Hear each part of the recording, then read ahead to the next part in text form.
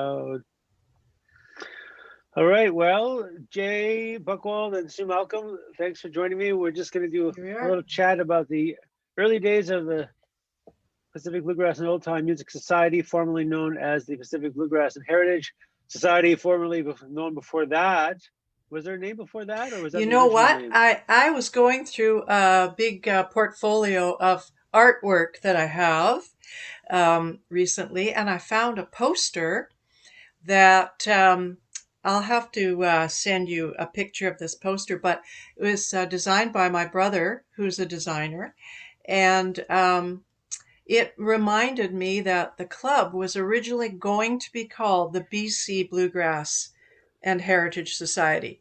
But when we submitted that to the Society's branch in Victoria, we were told that we're not allowed to use the name BC.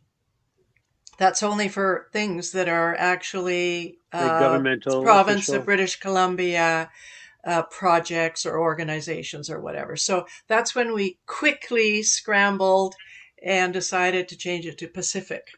I always wondered about that, if there was a vision That's of expanding it to, no, south or it was a quick pivot, as they say these days. quick. That's And an I have interesting this fact. beautiful poster, and Jay, you probably have some of those posters. They're black and white photograph of the banjo neck that was built by Alan Richardson, our first president. And they're very beautiful posters. I'll have to give you some. We can Yes. maybe use That's them for great. something. I'd love to see that. Well, the Yeah. BC story is interesting because I must have gone through the same thing when I tried to register the BC Bluegrass Workshop Did you? or British Columbia Bluegrass, which was the original name of what's now Nimble Fingers, and I think I got the same story. So Hmm. it eventually got changed. So yeah, couldn't So, use. but your name, you did manage to get it registered as the BC We Bluegrass Workshop, right? I'm not sure it was formally registered. We, we Oh, we must have just simply used British Columbia Bluegrass. Right. It was not a non-profit association, so I could probably get away with it. That was the I key thing, is because see. that Yeah. BCBW, because That we're a makes sense. nonprofit society.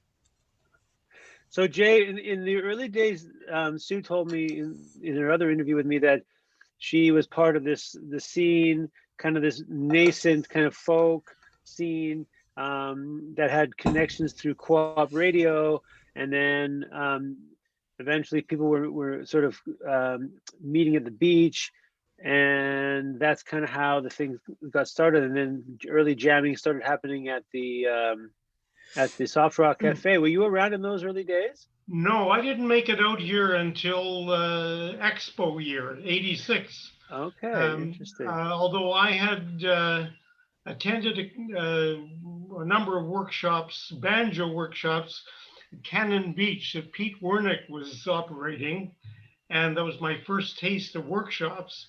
And met Dave Dudley, club member. When I went home to Saskatoon, he kept sending me newsletters from the club, and eventually, when I retired in '83, well, I eventually made my way out to Vancouver. I knew there was a Oh, great bluegrass scene and excellent skiing. That was that so was Cannon Beach, is that Cannon Beach in Oregon? yes. Okay, That was interesting. So, Pete Wernick was running a banjo workshop, and I went. I think I attended for a total of 6 years, and Hmm. the last year there, I became a TA. I helped him out.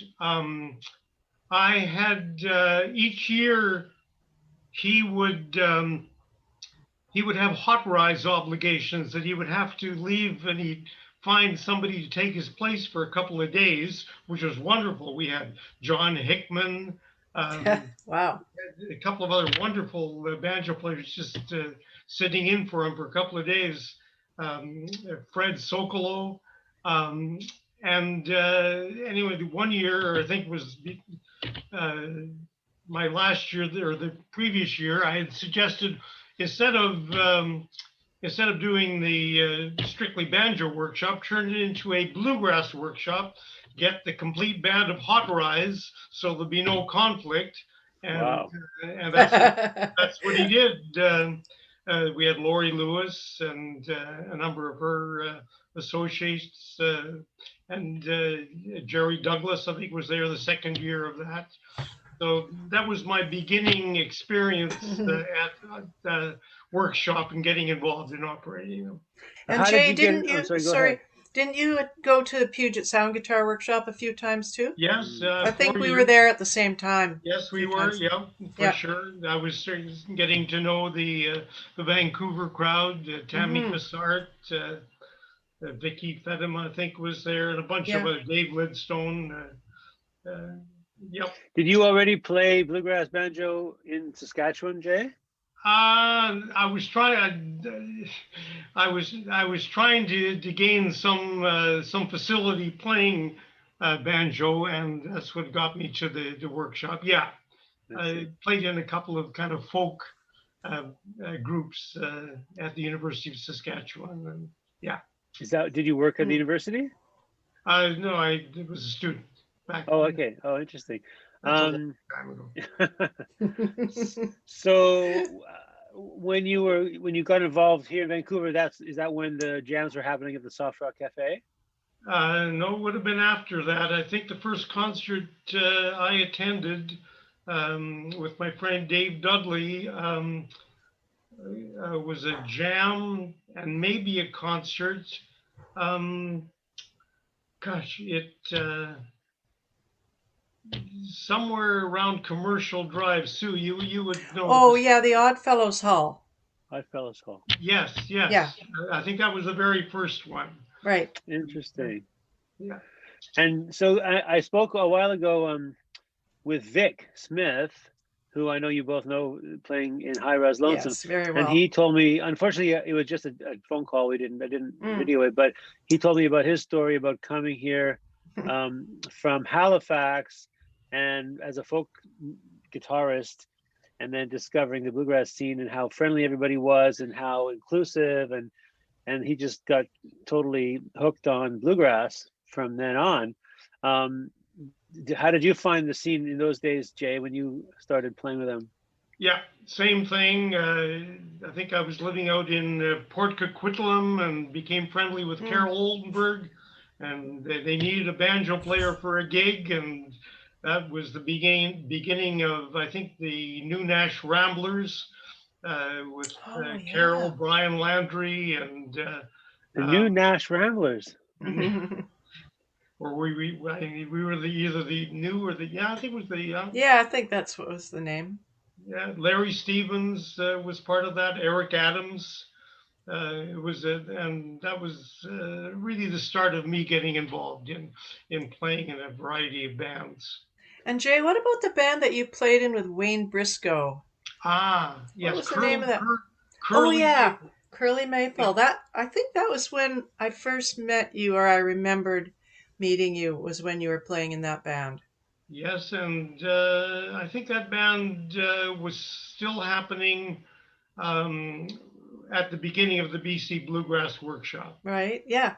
So that was, but in fact, the origins of the Granville Island Bluegrass Festival were kind of interesting, and might be interesting to talk about that. Yes, I'd love to. I think it was 1987 when the club received a letter, and I think it may have come to Gwendolyn. She may have been president at the time. I was, I think, the chairman of the finance committee. The letter came from the Bluegrass Music Association, or an associate, a guy named Wolf, and his idea was to have every May a celebration of bluegrass music, and it was going to be called Bluegrass Music Month. And this was going to be an international thing, and the letter asked all the bluegrass clubs to somehow get involved in the celebration and promotion of bluegrass music. A great way to get more members to the club. And I was the chairman of the finance committee. We were looking at a deficit of, I think it was $3,000, most of which was owed to Paul Norton. Do you remember that, Sue? Was that for a Hot Rise concert or something? I Or don't remember. I don't know. He sponsored some concerts. Yes, I yes. believe Hot Rise was one of them. Well, we were looking, I mean, back in those days, this was a sizable deficit. Mhm. Caroline Murphy and Annie Bailey were members of the committee, and we're trying to figure out a way to come up with a fundraising program.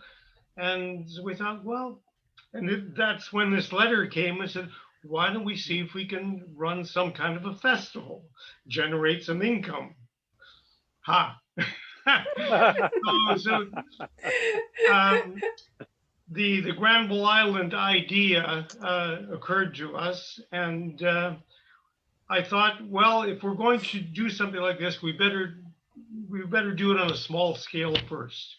So I approached the Champlain Mall, and we did a. Oh yeah, right. I think it was a 1 week mini festival in the mall, and that would have been 1987, I think it was, the winter. We're competing with Santa Claus at that time. We volunteered. The idea was to see if the club could actually supply enough volunteers and generate the kind of enthusiasm to do this. Bob Underhill was involved. Sue, I'm sure you were involved in that as well. Mm-hmm. The bands donated their services for short sets. We had donation of sound equipment right in the middle of the mall, an information booth promoting Bluegrass and selling memberships and raffle tickets. We got some donations for raffle tickets. The first prize was a band led by Bob Underhill. And the band was going to supply bluegrass music for a party. And it turned out that the guy who won the ticket, the first prize, was a bagpipe player. He never collected the prize.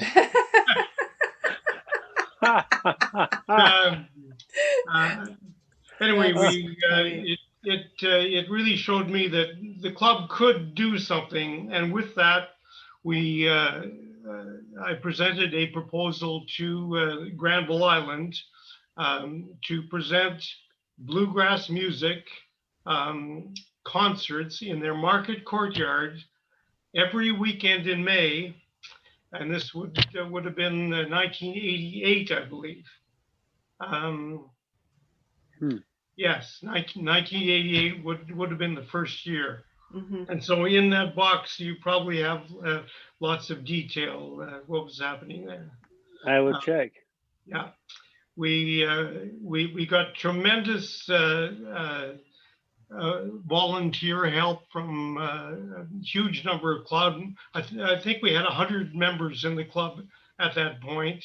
Mm-hmm. I don't remember the size of the grant we got from Granville Island, but the first year was probably about $8,000 to pay for bands, concerts. We had volunteers with a table or two inside the market courtyard. We were able to get donations for prizes. We sold raffle tickets, T-shirts. The sound equipment, and Paul Baker ran the sound all the time. That's right. Yeah. Certainly some things we had to pay for, but we were able to, as it were, turn a profit, all based on the volunteer services that the club was doing. Bands were playing for probably less money than they would normally get, and we would bring in some headline bands. The first year, I believe, the Lynn Morris band came in. Mm-hmm. With I think Ray Legere was playing mandolin that year. Um, we and it would be interesting to look back in that book to see more of the details. Over the years, we had a variety of sponsors. We had events happening in the Granville Island Brewery, Isadora's. We had Wow.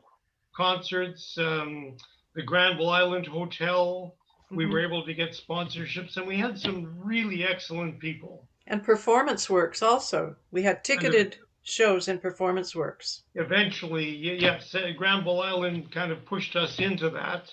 I believe I ran the festival. I was the main coordinator for about 7 years. And then I think Paul was involved. Yeah, Paul was the coordinator for, I don't know, 2 or 3 years. I didn't realize it ran that many years. Oh, yeah. Oh, yeah. I think 11 years total. Wow, what a miss. I remember I was telling Sue that I remember I was living here at that time. Well, no, I was living in Montreal, but I would come back for summers, and I was here in May. And I remember seeing that big banner hanging below the Granville Bridge, and I was super intrigued, and I might have even caught a couple of shows. And just when I was getting into Bluegrass was the very end of that era, and I kind of missed most of it, sadly. But I didn't realize that it had gone on for that long. How did you get that banner hanging from the bridge, Jay? It was always a problem. How the heck did you get the damn thing up there? And first of all, to get permission to do it, and then Swain Hoppus, if you remember Swain. Swain was a retired illustrator for a movie theater. He used to do the marquees. Oh yeah. And he would do all of our signage, and he was the one who did, I think, the original and most of the banners. And we arranged initially, I think, with BC Hydro to put it up. I remember 5:30 in the morning. And, and we have a number of photographs, I think, of that banner. Oh, I would love that. Yeah, we've got lots of pictures too. So Swain was great, and I think I wrote down some of the people who were involved early. One thing I should mention, we were approached after, I think, the second or third year by a fella who was doing some work for CBC, Sutherland. I think it was Neil Sutherland. And he was able to film 4, I think it was 1 hour, or they may have been half-hour productions. 2 of them were Granville Island, and 2 of them were the British Columbia Bluegrass Workshop. And I remember those. David Eamon has copies of those, and I've asked him to put them on CD, and it'd be good to keep them in the archives. Yeah, they were really good. That's great. Really excellent footage. One of the series or the interviews was with Dan Crary. And Dan talking about why bluegrass music is important and stuff, and jamming with people at the festival. That was great. A lot of fun. Yeah. Well, I am in touch with David Eamon to get a hold of some of those recordings and videos. So great. I'll look forward to that. So just to go back a bit, Jay, so you said you came to Vancouver in 86, and by the 87 or 88, you were already running this festival. So it didn't take you very long to get involved at that level, hey? Well, as it is now, and you've seen it, the club is a very welcoming place. If you enjoy playing music and you're interested in improving your skills. And Jay, Jay is that kind of person too. Somebody who is a visionary and who can get things done. Yeah, you would have had to get it done that quickly for sure. Especially, so you had not organized. I mean, you'd been to a couple of festivals and so on, you said, but you never organized a festival before that, it sounds like. I don't think so. Yeah. So you didn't know what you're getting into. That's probably No, good. no. Right, yeah. I'd operated a business for some time in Okay. Saskatoon. I background at MBA. I've done a fair amount of organization of a variety of Okay. things, but not a festival. Yeah. Well, I don't know for sure, but what I know, so I've been involved in the board now for about 6, 7 years, and we have had a quite a healthy um, nest egg. Like we're operating at a break even. Mm-hmm. Well, now we're actually, because of COVID, we're operating at a deficit intentionally, you know, so we can support the club and the musicians and everything. And it's a good way to use some of that money. But the reason we have this sort of a cushion financially, I think, is going back to those years of Yeah. the Granville Island Festival. So it's amazing that those early efforts are paying dividends even now, you know, 30 years later, That's true. 40 years later. Well, and a thank you to Granville Island. We were able to, I think, at the end, leave the club with about, pay off the $3,000 and end up with that nest egg of about $20,000. Mm-hmm. Yeah. And I always had a fight with Michael Brooks, who said, "Oh, we're not supposed to have a profit. We're a nonprofit organization." But to have that nest egg, and really based on the volunteer services of the club members and the bands, and that's really where it came from. Yeah. Yep, that's kept us Yeah. going. Well, that's amazing. I mean, and it has lots of other benefits. I mean, right now it's amazing that we can just keep paying artists and putting on, you know, paying for the fees and for the website and all this Yeah. other stuff without having to, you know, ask people to pay for that. But even the fact that our annual fee is still $20 a year, and the fact that, you know, when something happens, we don't freak out, as you know, and worry that the club is going to disappear.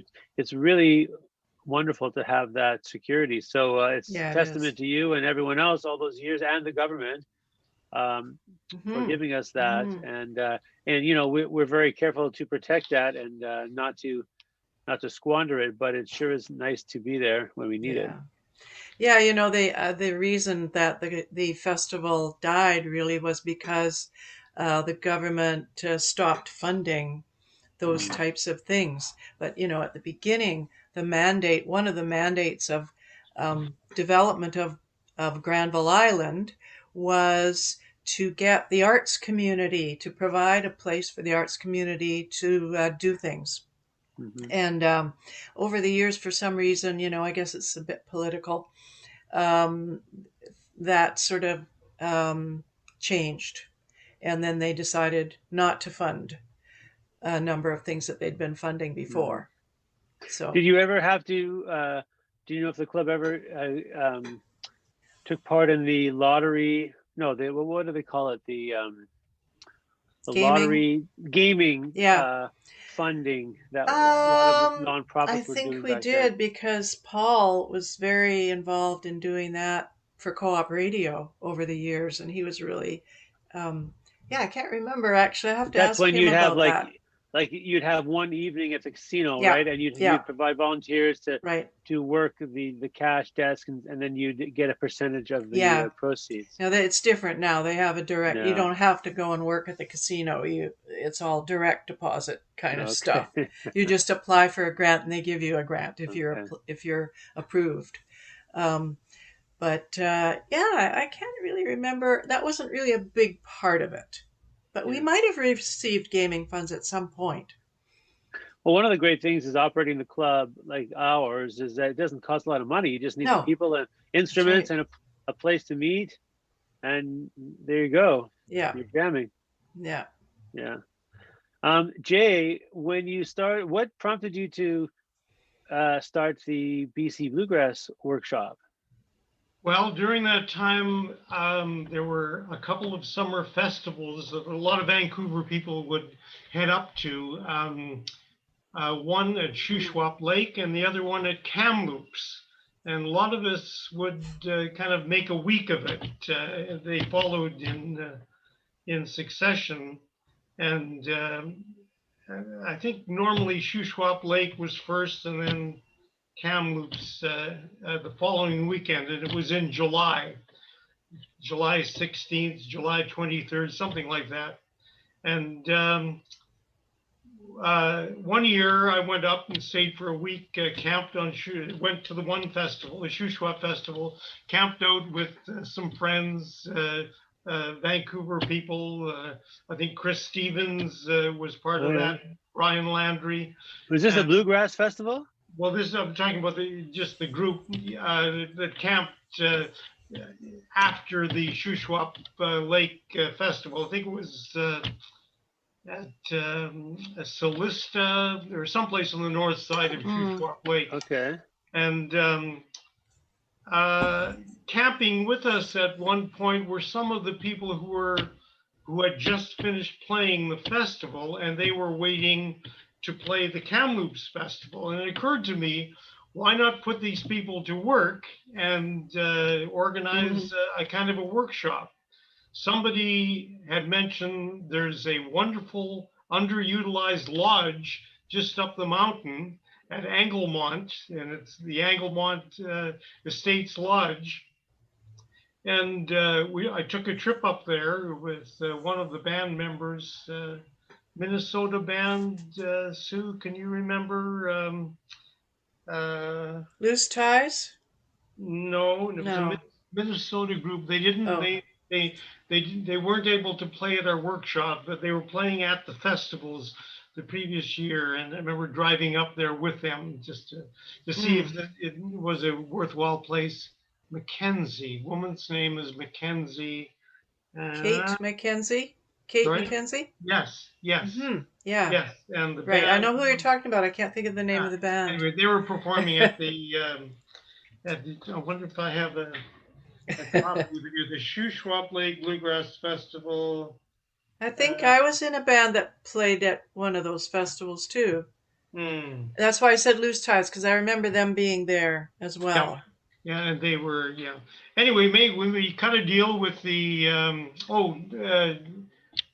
the following week, I put together a questionnaire, which was distributed at the Kamloops Festival, asking people, and I have a copy of this questionnaire somewhere, if they'd be interested in a 4 or 5 day workshop, and came back very, very positive. And so we cut a deal with the Anglemont Estates Lodge owners, and had our first festival, first workshop in would have been 88. And that year, the idea was we would hire a number of core bands, use a lot of local people, and have a variety of workshops for a beginner to advanced students. Wow, I always assumed that it was related to the swing festival somehow. Oh no, that happened later. That happened later. Okay. Yeah. So their festival was based, or their workshop was based on yours. Well, that was my workshop. We started the swing workshop. You started the swing too. Yeah. And I operated it. Yeah. Wow. And eventually, when we got the thing going, it looked like it was finally going to be keeping his head above water. I passed the workshop on to Rosemary Campbell, who had been the program director from the beginning. But Sue Malcolm was involved in the workshop as an instructor right from the beginning. Yeah, right. Yeah. It seems to me with Bob Underhill, that's where the slow pitch jam was really developed. I would have to say, and I told Eric this before when we talked, that I remember it being at Sorrento where it really took off. But, at Anglemont, I know I taught beginner guitar and singing at the beginning level. And I don't really remember what Bob was teaching. Do you? Bob would be teaching beginning either guitar or mandolin. Yeah. How many years did it operate out of Anglemont before you switched over to Sorrento? I believe it was 7 years. 7 years. Wow. Yeah, so, That much? Wow. yeah, it had a kitchen that was like somebody's home kitchen. And I remember the first year, Ada was in the kitchen making some kind of chow mein, And you guys were driving to Kamloops every other day to get groceries. Like, That's right. That's right. So you did all your own food, like the organizers were in charge of everything. Well, the first year, yeah. Second year, we hired a cook. Okay. We did that, but yes, and we still continued to do that until we got to Sorrento. How did that happen? How did that transition happen? Somebody was a camper musician, I believe, was associated with the Anglican Church and made us aware that that there could be room for us at Sorrento Center. We went and visited. I took pictures of all the facilities, and it was like a dream come true. I bet. And I think it was the second year that we ran the workshop there that it was so successful that we expanded to 2 weeks. and at that time, was Dan Meeks the director? Because I believe Dan became the director the second year that we had it. So Dan Meeks is a real bluegrass fan. He plays bass, and he's a minister, and he was the director of. So he was very supportive.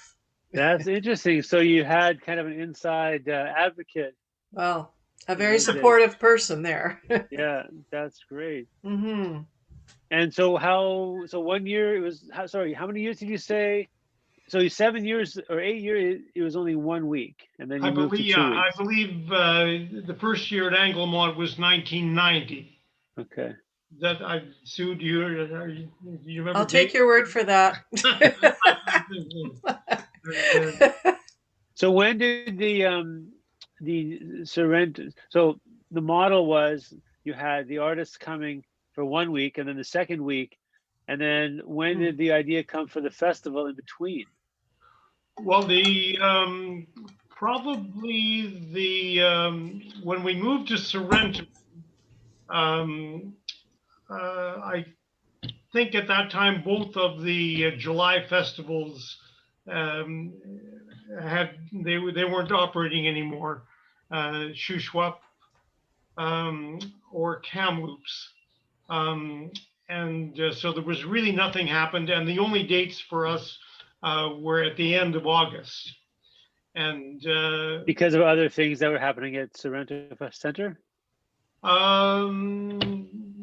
Well, there were a number of festivals. I do remember actually playing at a festival in Sorrento in a big tent even before we moved the workshop. But it was really in cooperation with Sorrento Center, and for I would say about almost, I think all the time that I ran the workshop before we passed it on to Julie Kerr and Craig Korth.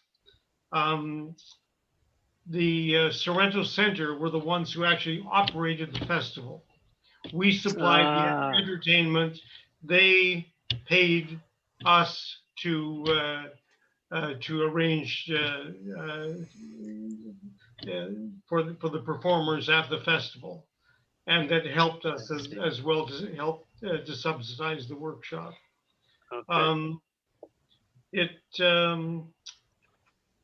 Ada and I ran the workshop for, I believe it was 22 years before Craig and Julie took over. And now Kelly and Peter, thank you, operating it. Yeah. Yes, well, we look forward to when we can. Yeah. Hopefully, back.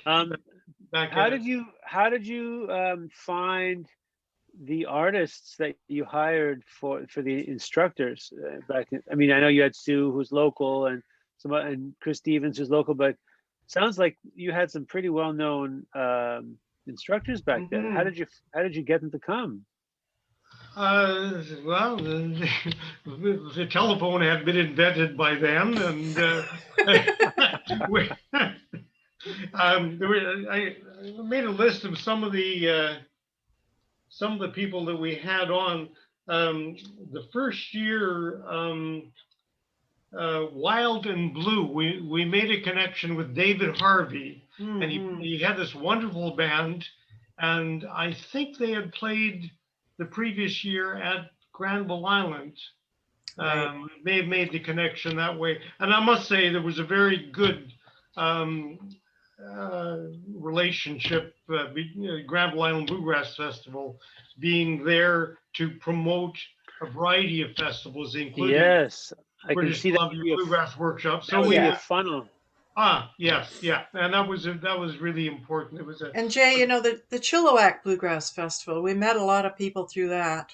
Yes. When was that? What time of year? Labor Day weekend. Okay. And the festival, and asking how we connected initially, and this was based on the reason for kind of putting it together. I would do my best to connect with the people, Jim Jessen running the Kamloops Festival, and Al Christofferson and Glenn Hobbs, running the Shuswap Festival, finding out who they had been talking to so that we could share the cost of transportation to get these bands up there. And interesting. The ideal situation for me was if each festival had hired the same band. Now, most of the time they didn't like to do that because they wanted to promote an individual personality. Right. So often we would find one band that was playing, engaged to play one festival, and then we could make arrangements for them to play somewhere else in the area. And it did that a lot with the Granville Island Bluegrass Festival as well. Lynn Morris Band, a couple of other bands played up at the halfway up Brackendale Gallery. Yeah. Oh yes, up in Squamish. And we were able to. The Lynn Morris Band played up there, Bluegrass, etc. We had the first year was Wild and Blue. And a band called New Wine. Oh yeah, so Janet Beasley and Eric Uglum, right? No, Eric was in that band, but it was a trio with Ron Block and his wife, Sandra. Oh, well, another time they must have, they played the Granville Island Festival because they stayed at our house. And that's why I remember, and we spent like a weekend ferrying them around and hanging out with them. Yeah, and that's where I met those people. Yeah, I remember hearing that Ron Block. Maybe you told me once, Jay, that Ron Block was an instructor. That was pretty impressive. Did you get to learn with him? Oh yeah. I think that very first year, it was so busy I didn't sit in on the class. But we had Ron back again about 6 years later. And so I was able to sit in that class. It was interesting. Craig Korth was in that class. As a student? Other people. Sue, you may have been thinking of the other band with Ken Orick's band. What was that? Right. Can't think of their name now. Lost Highway. Lost Highway, thank you. Yeah. Oh, okay, I've heard of them. So Lost Highway, the bass player, Lost Highway, Marshall Andrews, asked if he could bring his wife up when he came, and it turned out that she was probably one of our best introductory banjo instructors ever, and that was Janet Beasley. And we had Janet back many times. And actually I have to say, Janet produced my solo CD that I recorded in 2005. Oh, wow. Okay. He's a very good producer, and I recorded it at Eric Uglum's studio in California. I love all these, all these connections, especially back then. I mean, like, for example, now I imagine that directors of festivals and workshops use YouTube and, all the new ways of Oh, sure. following artists. But back then you didn't have these means of hearing people. So, like, did you just take people kind of sight unseen or based on personal recommendations, or like how did you hear about, or like how did you have a sense that they were good enough? Well, we were buying records, CDs, and I had been going to the annual convention, the International Bluegrass Music Association, and I was a member of that. And so and you traveled to newsletters, and you find out it's connections. I would say, and if we're talking a workshop development, very important to the development of the workshop, a number of people. Michael Brooks became our program director, I think in maybe year 3, and was very instrumental in helping develop the kind of program that you even see now. Steve Fisher was a program director. Sue will remember we took a planning cruise, 3-day weekend, where we spent a little bit of time working out the program for the professional development. Right. And so it sounds like this sort of became, I mean, more than just a job for you, Jay, but kind of like the hobby. Like you'd arrange your holidays around it. You'd go to the festivals and go to the IBMA. Yep. So that sounds like it was kind of fun as well. Well, I sometimes joke when I'm introduced as a banjo player that I'm unfortunately more of an organizer of bluegrass events than a banjo player. I wish I would have spent more time playing the banjo back then. Hey, it's not over yet. Not over yet. And that's right. Yeah. Think of how many people that are banjo players and every other instrument who owe their passion to the opportunity that you provided, Jay, and Ada and everyone else. One question I was just thinking about was Fred. Fred, what's his last name? Schiffner? Fred Schiffner. So I know that in my experience with the club, he was doing some of those things, going to the festivals and connecting with all those people. So did you guys overlap at some point in terms of your, booking acts for the club or making connections? I think Fred probably got involved with booking after we had retired as organizers of the workshop. Okay. But I've always been very close to Fred and Fran, and grateful for the things that he's done for the bluegrass community. They always used to come up to the workshop, particularly if we would have traditional bluegrass bands playing. Well, for what it's worth, we at the Wintergrass last year, which was I guess exactly a year ago, to the weekend, really, that I was at Wintergrass in Bellevue, and kind of in the spirit of what you're talking about, all these connections, all these links. There was a meeting we had I don't know if you came up to that room, either of you, but we had a Canadian hospitality room. Were you at Wintergrass last year? I wasn't there last year. Nor was I. Yeah. Okay, so somebody, I think it was Bob from Victoria. Bob, I can't think of his name now. Anyway, he had Remington? Bob Remington. Thank you. He had the foresight to book a hospitality room, and Peter and Kelly were using it to promote the first year of great Nimble Fingers under their directorship. but also it was an opportunity to connect with Victoria Bluegrass Association and Calgary and Edmonton and some from the north. And anyway, we were really trying to create a network, kind of like what it sounds like you had back in the day, Jay, with these other organizations. And we did. It was a successful meeting. We had all kinds of visions for how to leverage our, our location for booking people. And then, of course, it all kind of had to be put on hold. Yeah. But yeah, I like to think that we are, on the road to making those connections. Yeah, it's good. I think it's a really important thing to have in place.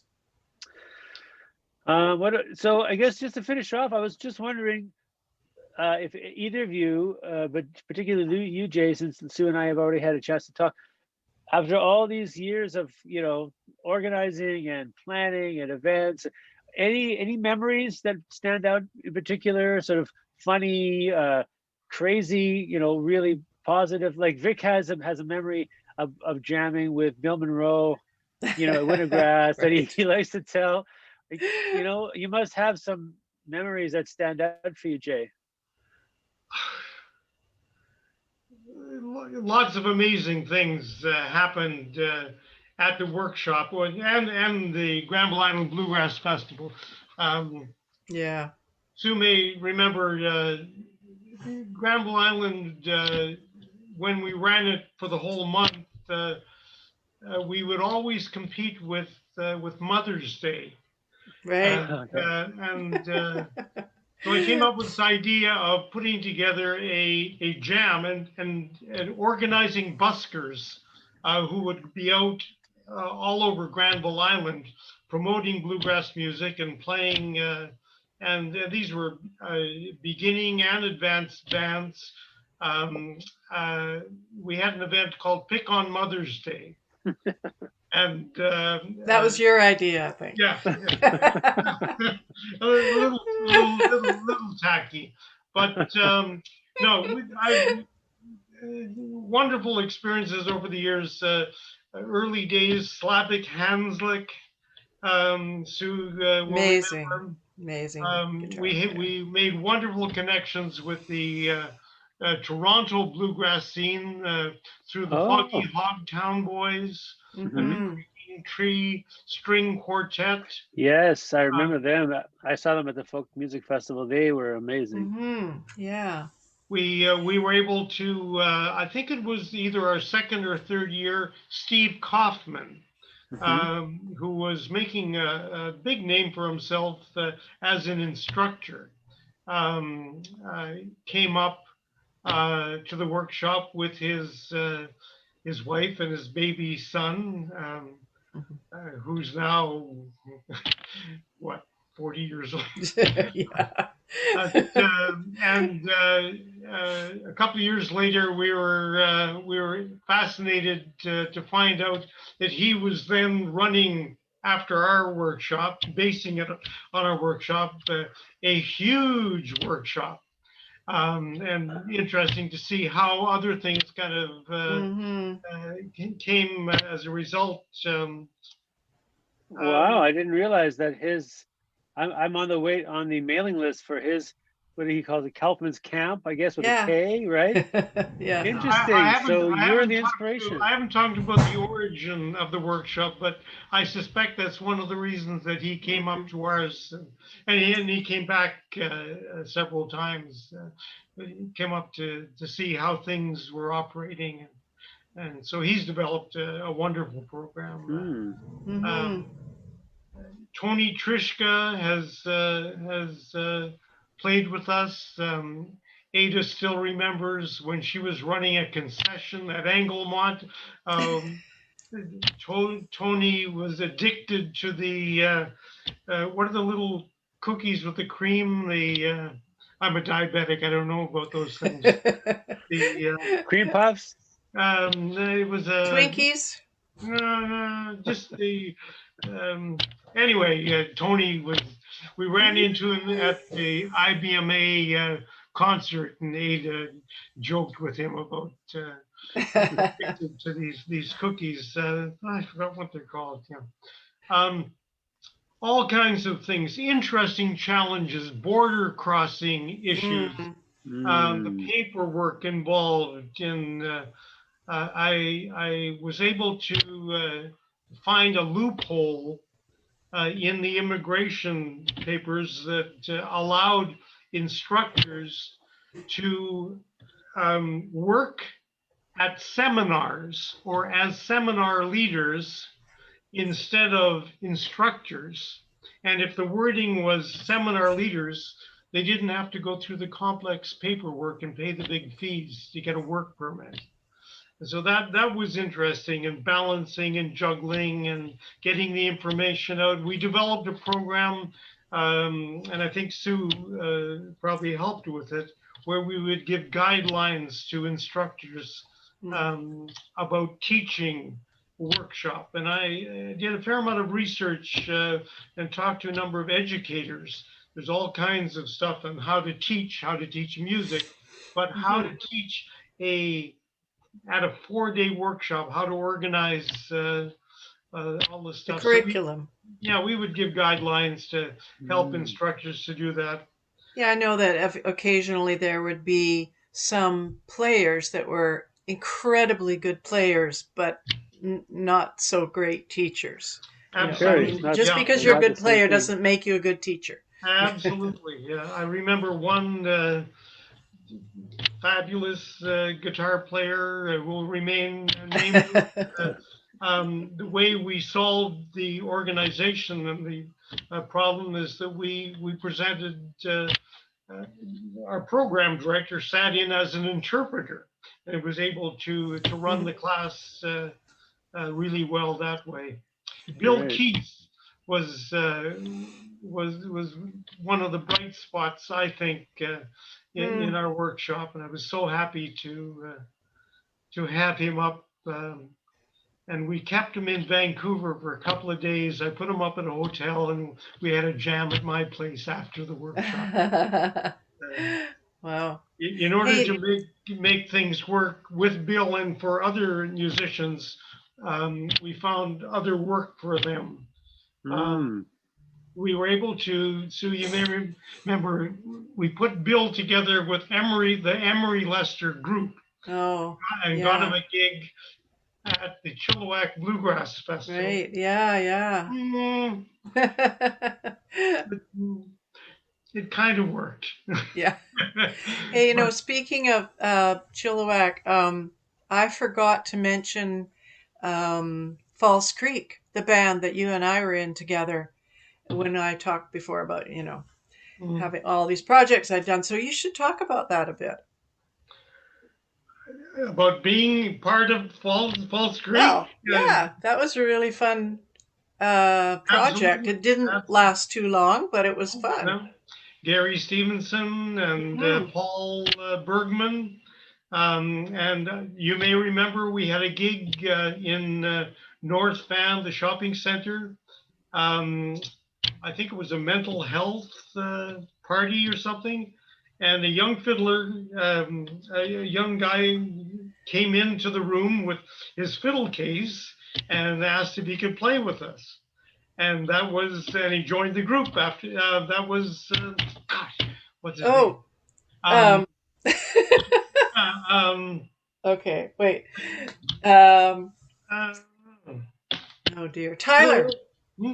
Tyler Carson. Tyler. Yes.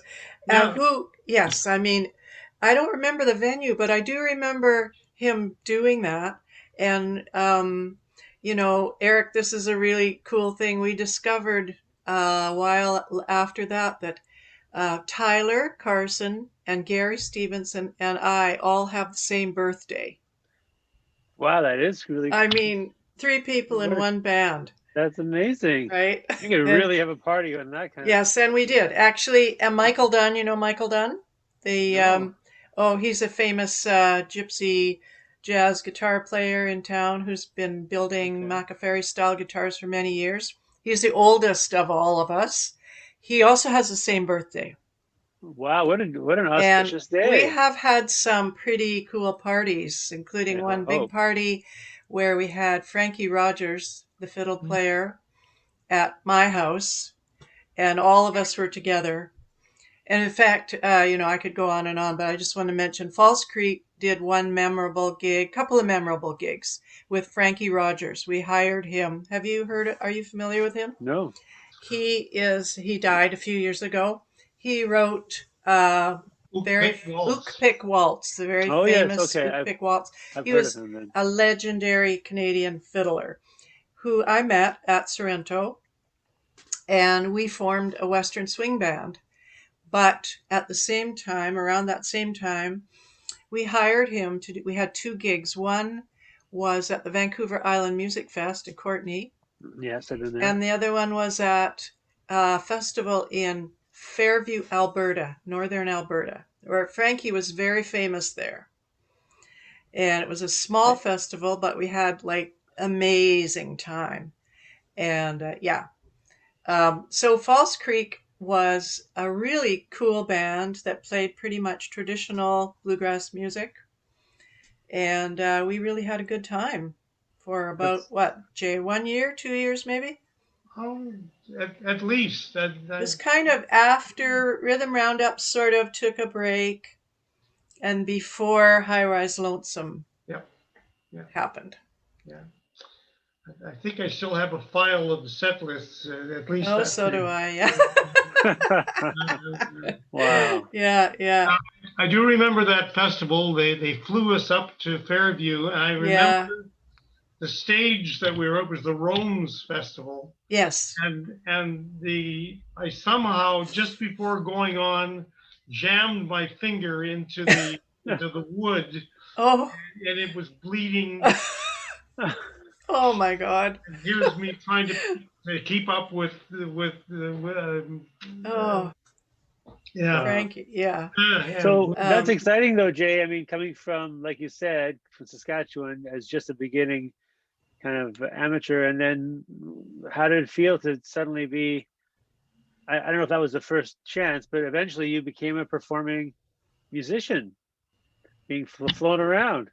Well, there's still lots of work to do, and I've never stopped learning and appreciating workshops and the knowledge that can bring. If I don't touch the banjo or play it an hour a day, it's not a good day.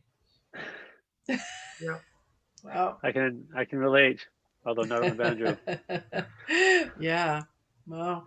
Well, thank you both, Jay and Sue, for your memories. And so many people are benefiting now and will continue to do so thanks to all your efforts. And of course, I don't want to forget about mentioning Ada, because all these years, all these things you've been doing with the festival and the workshop, it sounds like was a partner to you. And so we want to recognize her contributions as well. Mm-hmm. Yes. Did she ever get into playing? I think she took a class from Claude Brouillette at one point, but no. Ada's main job became payroll, and very important job. She's good at it. She was. Great. Well, then, especially thanks to her, we have this money in the account. So thanks, Ada. Keeping track. All right. Well, this is great to hear all these stories, and I look forward to maybe we can do this again, even with a bigger group, and have even more stories and more memories. All right. Well, stay well. Looking forward to when we can all get together and jam. Yes, you betcha. Yeah. All right. Thank you very much, Eric. Take care, both of you. All right. See you soon. See you soon. Okay. Thanks everybody for watching. Yeah.